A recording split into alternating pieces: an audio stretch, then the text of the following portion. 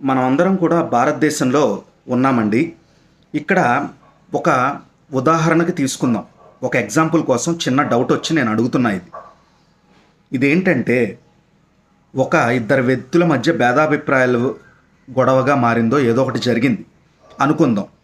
అనుకుంటే ఆ ఇద్దరు వ్యక్తులు ఎక్కడికి వెళ్తారు? ఫస్ట్ ఆఫ్ ఆల్ పోలీస్ స్టేషన్కి కానీ కోర్టుకి కానీ వెళ్తారు. వెళ్ళినప్పుడు వారు ఒకరి వైపు ధర్మం ఉంటుంది కదా, ఒకరి వైపు లాయర్ని తీసుకుంటారు.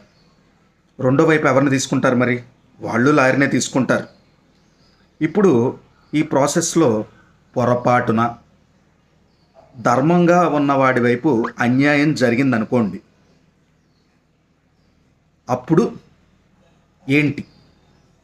అప్పుడు మనం ఎవరిని ప్రశ్నించాలి? లేకపోతే దానికి బాధ్యత ఎవరు వహిస్తారు? దాన్ని అమలుపరిచింది ఎవరు?